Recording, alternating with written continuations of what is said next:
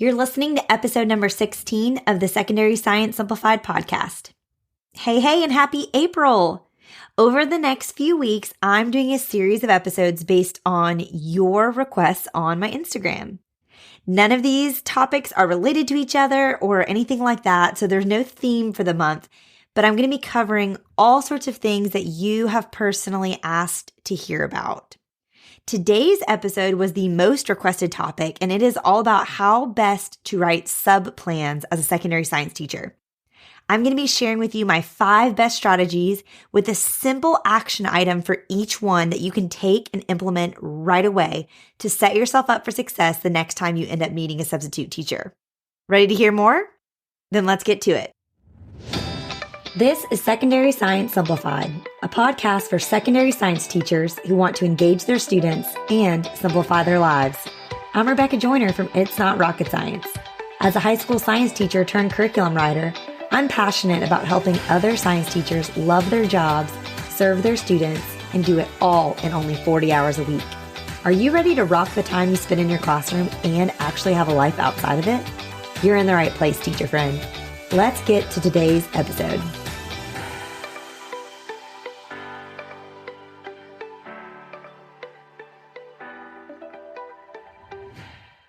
So a few weeks ago, when I polled my Instagram followers for what they wanted to hear about this spring on the podcast, this topic was by far the most requested, and I'm honestly not surprised at all. I don't know if there are many jobs like teaching where it is actually so much harder to be out of work than it is to actually just be there. Writing sub-plans as a secondary science teacher specifically is almost always worse than just powering through your dreaded seasonal allergies or actually making it to your bi-yearly dentist appointments. But thanks to the pandemic these last few years, most of us have been forced into a lot more practice with writing sub-plans than ever before. So whether you have to be out for yourself, for one of your kids, for canceled daycare, because you have too many students in your class that have been exposed, whatever it may be, we've been writing more sub-plans than probably all of the other years you were teaching prior to this pandemic combined. But even pre-pandemic life, I have personally always been a huge advocate for using all of your personal days and your sick days as you need them every year, despite the hassle that finding a sub and writing plans usually is. And this is because my first year teaching, I did not miss a single day of school. I skipped all those dentist appointments and did not get regular checkups because what's open after school hours? Most doctors' offices aren't. And if I didn't feel well, unless I had I didn't have any fever, so I just kind of powered through. And then my second year teaching, I was eating lunch in my department with a bunch of other science teachers. And one of the teachers there was in her last year of teaching before retirement. And she constantly was telling us younger teachers, because there were about 5 of us that were in our first 3 years of teaching, that her biggest regret from her entire 25 years in the classroom was not using all of her days each year. She had saved up as many days as she could over the years because our district had kind of like a bonus system where at retirement, all of your saved days, you'd get kind of reimbursed for them, if you will. And she said that now that she had reached the end, it wasn't worth it. She felt like the small financial reward wasn't worth the years of her pushing through physical illness and mental exhaustion just to avoid not having to miss school. And I've never forgotten her saying that. And so I took that really seriously. And the next few years I was in the classroom, if I needed a day, I took it. And it was so freeing. And now I know not everyone has that luxury because you might have to be saving up sick days for your maternity leave so it's not entirely unpaid. I've been there. Or, you need to save your days so that when your kid is sick and out of daycare, you can use them. Totally get that. But I just want to encourage you. It's from her perspective. I found that really interesting and it's something I've never forgotten. So if you're having to be out of school, either willingly or because you just have to be because of the pandemic or some other reason, how can you write sub plans that don't absolutely suck all of the life and energy out of you in the process? That's what I'm here for. I have had several times where it always seems like I would get sick at like 5 a.m. I'd wake up with a fever or with my head in the toilet, and between bouts of sickness be trying to like emergency text or email the secretary at my school, can you please find me a sub? Can you print this? Whatever it may be. And that is just not a fun place to be. It's very stressful. And so these 5 strategies were absolute game changers for me personally in setting myself up for success for those last minute absences. So strategy number 1, pre-establish sub procedures with your students. I think this is so important, especially in such unprecedented times as this, where you're going to be absent so much more than you normally would be. I personally firmly believe that establishing and consistently reinforcing procedures in general is the number one way you can avoid whole class behavior issues. So I am very passionate about creating, communicating, and reinforcing a ton of different procedures in my classroom. I have 5 that I think are the most important that you teach your students, and I will link in the show notes a blog post where I cover those. But in addition to those top 5 procedures, I think it's so important that you teach your students procedures for what you're going to expect from them if you aren't able to be there one day. And I say this because my last year that I was most recently teaching in the classroom full time was when we were in the middle of the adoption process. And I knew going into that school year that I needed to prepare my students for me to be absent last minute and at very random times. And I'm so grateful I did that, because I cannot tell you how many times I had to miss a random class period in order to get on the phone with a caseworker or a social worker or a lawyer, or we had to drive across the state to meet expectant parents that were considering us to raise their children. And then eventually that spring, we got the official call that we had to head to the hospital to pick up our son. So there was just so much unknown.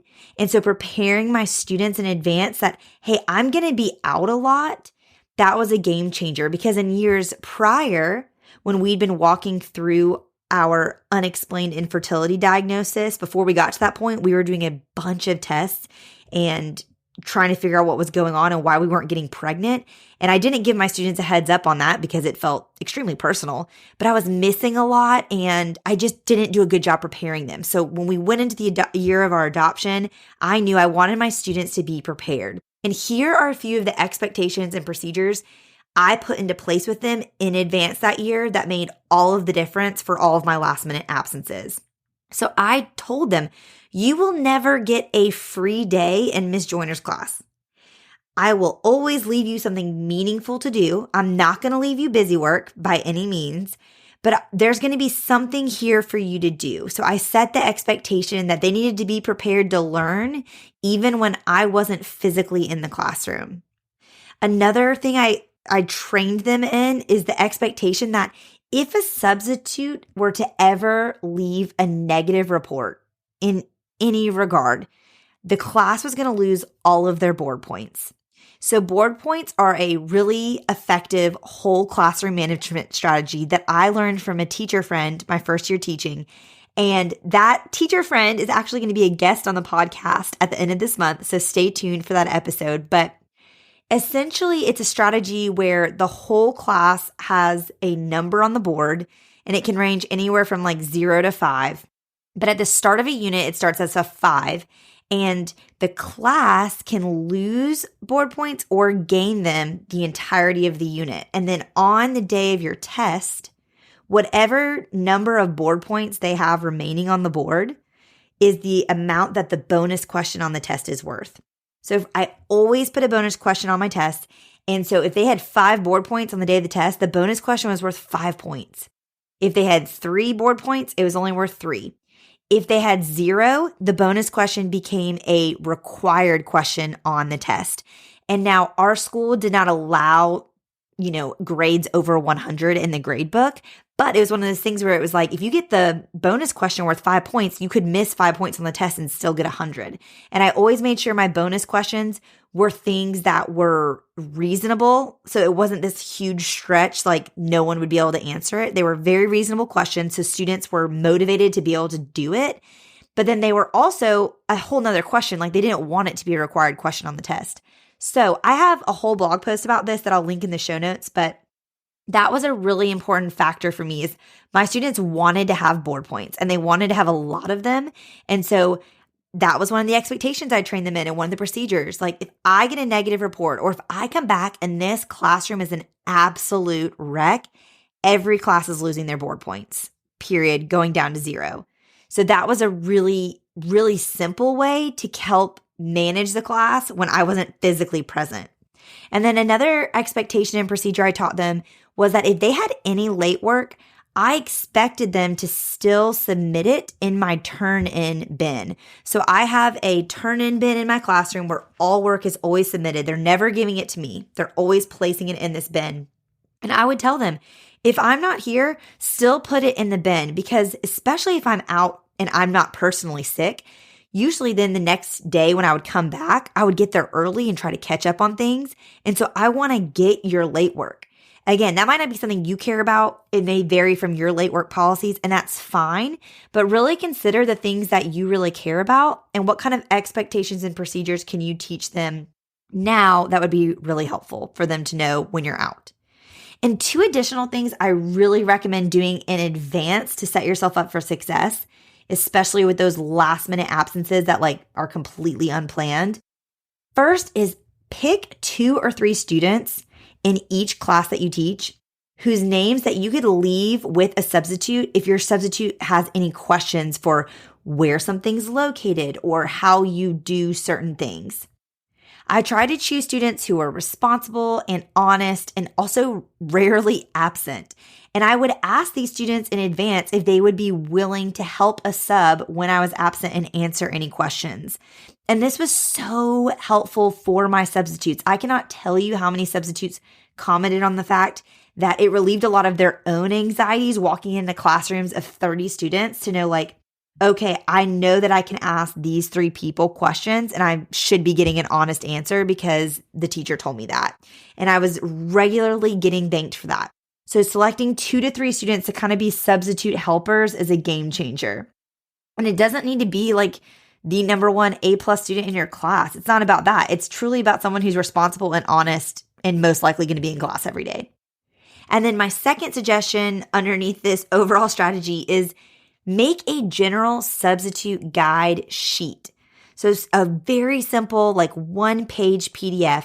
And on it, put all of the basic information that a sub would need to know. So mine had my bell schedule and the names of the classes I taught. I had a list of our classroom rules and procedures. And, not every single one, but the most basic things. I put down neighboring teachers' names, Dan across the hall. He is your next door neighbor. He's in room 303. He's a great person to ask for help. Or Deirdre down 2 doors down, whatever it may be. And then I also on this guide listed those student helpers that I selected in each class. And then I would print out this PDF and I had a roster for each class and I stapled all those things together and I kept it in a drawer in my desk. And so I had it in a way that it was kind of useful all year long. It wasn't, specific to August or whatever. So that way I didn't have to remake it. I just made it once and I didn't have to edit it. And then it was always physically available. And then I had a digital version as well that I could email to the sub if I needed to. So I highly recommend making one of those as well.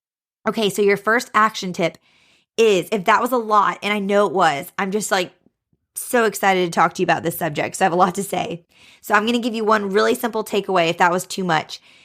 Your one action tip for this strategy today or tomorrow, whenever you're listening to this and you see your students next, talk to 2 or 3 students per class. Ask them to be your helpers for potential subs, and then use those to write your general substitute guide. And then this is something you can just easily tweak each fall to have for the upcoming school year, and it just will make your life a lot easier. Okay, strategy number 2.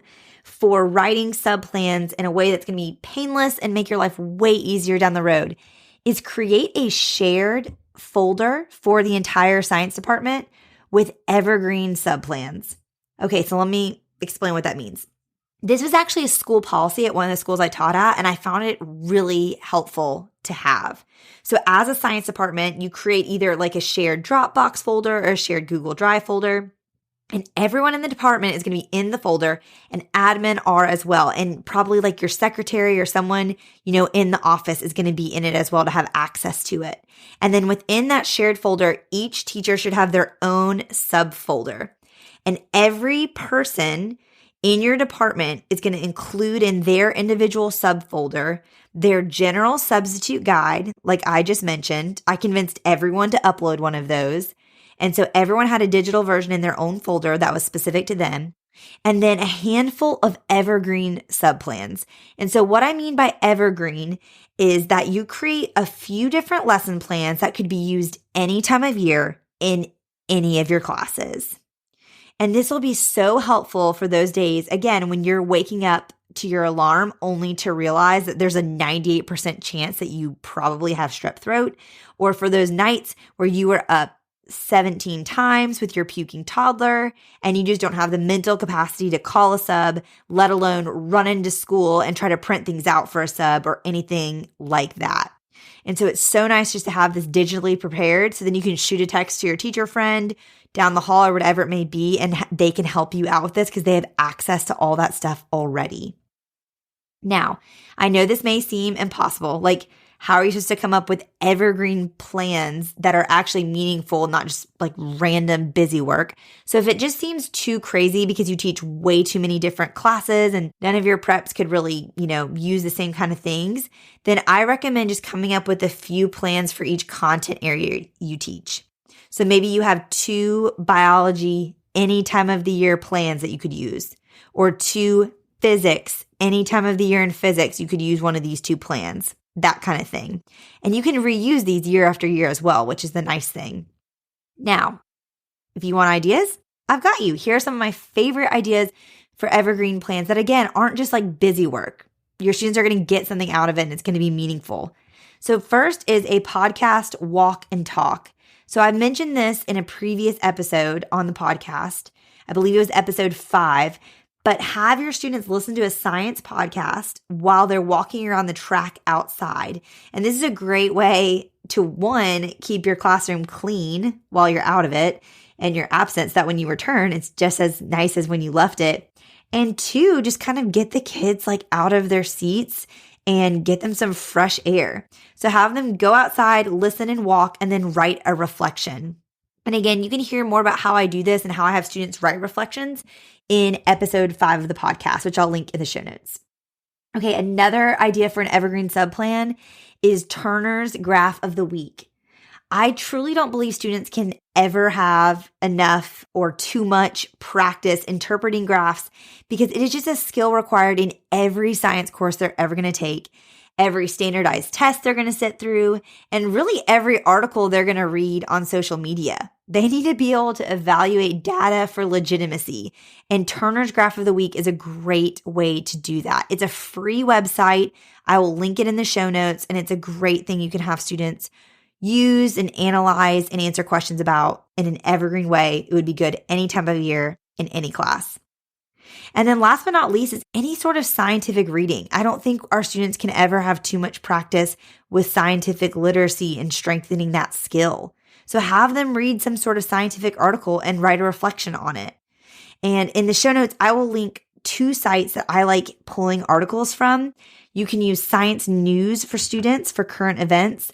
And then one of my favorite sites is a site called Story Behind the Science. I have been using this site since I was student teaching, but essentially it just has a handful of awesome stories about various scientists, and it's organized by discipline.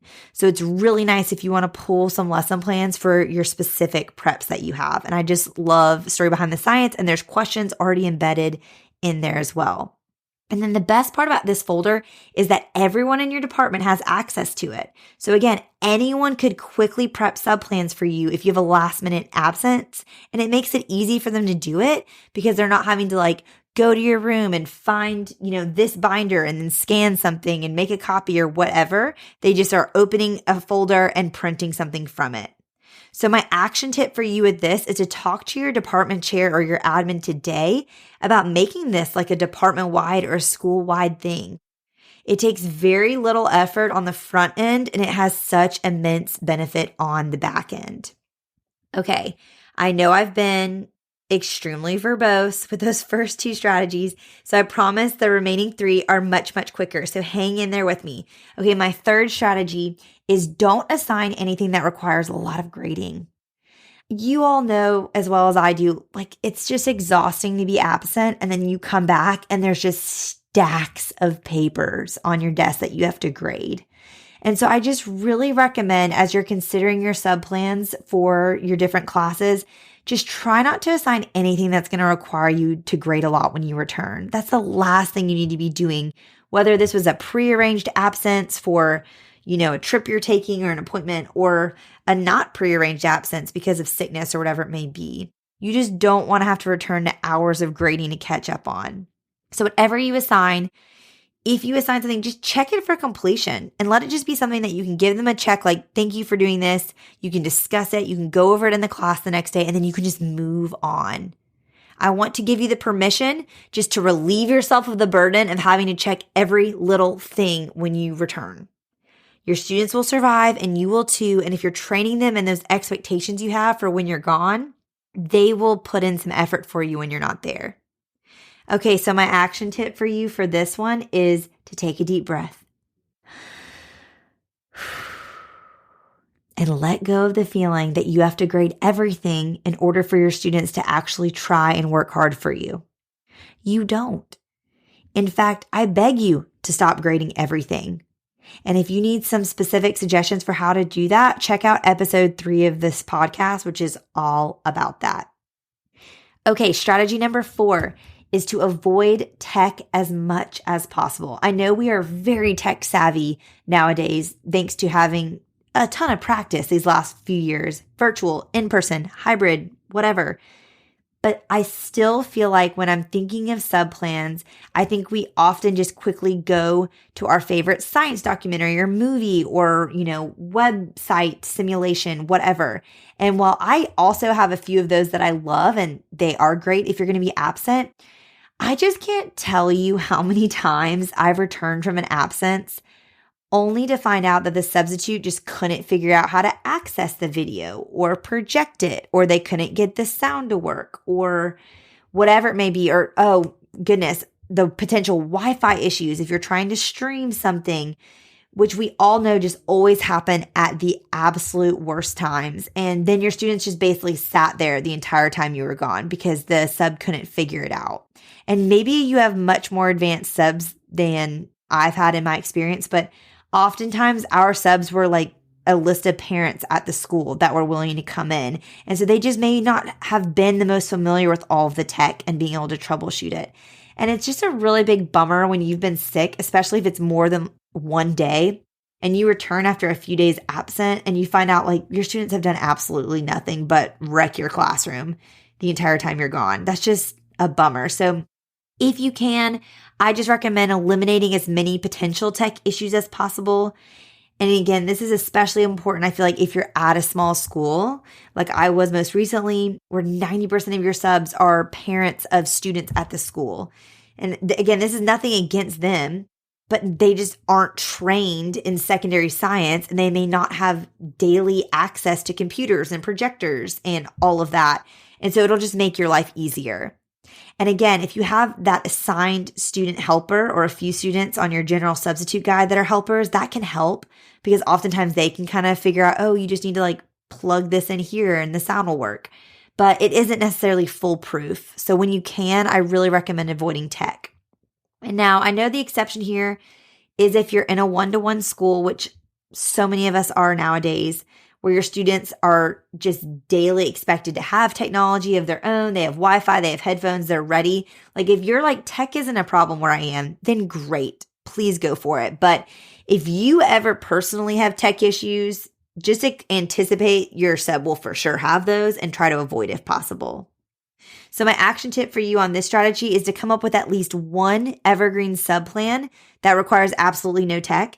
And if you do plan to require tech most of your absences, then I recommend in your general substitute guide that you include some specific guidelines for technology in that as well, just to help kind of prep your substitutes a little bit. And last but not least, my fifth strategy is set yourself up for success with how you plan on a regular basis. So I really feel like your last minute absences and your writing of sub plans, in the wee hours of the morning or whatever it may be, can be simplified so much if you simplify how you're lesson planning on a regular basis. So a few of my strategies for doing that are to be batch lesson planning. Batching is where you're doing a lot of the same thing at once. I like to plan an entire unit at one time. And when I batch lesson plan like this, it's awesome because then when I am absent last minute, I already know what I'm expecting to cover next. And so oftentimes we can go ahead and just keep moving through because I'm not planning day by day. And then students can really be doing something productive while I'm gone. Another tip is to consistently incorporate student-centered learning activities in your instructional methods. We want to make sure that our students are used to learning on their own so that when you aren't there, it's not this big deal at all. They're totally used to being able to learn and do things without you. So it's not this huge tragedy that you're not there that day and they completely fall apart. I share 4 of my favorite no prep student-centered activities in episode 13. So be sure to give that one a listen if you're looking for ideas for how to do that on a regular basis. Another tip for setting yourself up for success with how you plan would be to use packets. I cannot tell you how much I love packets as an organizational tool, whether you're using paper ones or digital ones. Packets allow me to give my students all of their handouts and everything they need for an entire unit at one time. And this makes it so easy when you have to be absent for them to continue on in their learning without you because they already have the practice and the activities and the notes, outlines, or whatever it may be there for them. And I will link in the show notes a blog post about packets as an organizational tool if you're interested in learning more about how to make your own. And then last but not least, I really recommend recording your lecture videos. This is something I started doing years ago, pre-pandemic, before I ever knew how useful they would actually be, just to help my absent students because I was at a really small school where every student was playing 4 sports and in the play and traveling all the time. So students were just out a lot. And so I started recording my lecture videos just to have them available to them. But it was so nice then in the subsequent years to have access to those so that when students were absent or when I had to be absent, I could leave the video, they could watch it, they could take notes, then they could do some follow-up reinforcement practice, whatever it may be. And then when I returned, all we had to do was quickly go over them and then we could jump into our next lab or whatever it is that I really wanted to do with them that was hands-on and fun. So highly recommend that. That is something that takes more time on the front end, but you do reap the benefits for years down the road. So I recommend that. And I will link in the show notes my YouTube channel of all my lecture videos. You can totally use those with your students. They're up for free or just see how I did them so you get an idea for how I kind of set that up. So my action tip for you for this strategy is just choose one thing you can start doing now to set yourself up for success in the future when you may need to write sub-plans, whether that's batching or starting to incorporate more student-centered learning activities or maybe trying packets or maybe starting to record some of your lecture videos. Because all of these things are going to be useful. And not just when you're absent, they're going to be helpful when you are in school, and then they'll continue to be helpful year after year if you get into those habits and routines. Okay, whew, that was one of the longest ones, I think, but I just got so excited because I just want to really, really equip you to simplify the times that you have to be absent because I know it's much more than you want it to be right now. And I hope these suggestions really help you to finish the year strong, regardless of how many more variants emerge or sick days you're forced to take, and that you can use these to start to implement action tips now for a much smoother year in and out of the classroom next year. And I know I mentioned a lot of different free sites and additional blog posts in today's episode, so just be sure to check out the show notes or head to itsnotrocketscienceclassroom.com/episode 16 and you can grab all of those links. Thank you so much for listening today. I'm really so grateful for your feedback so that I can answer questions that you really want answered on this podcast. If you have more questions or topics you want to hear an episode about, please send me a DM on Instagram at It's Not Rocket Science or it's.not.rocket.science and let me know what you want to hear next. All right, teacher friends, that wraps up today's episode. If you're looking for an easy way to start simplifying your life as a secondary science teacher, head to itsnotrocketscienceclassroom.com/challenge to grab your classroom reset challenge. And guess what? It's totally free. Thanks so much for tuning in, and I'll see you here next week. Until then, I'll be rooting for you, teacher friend.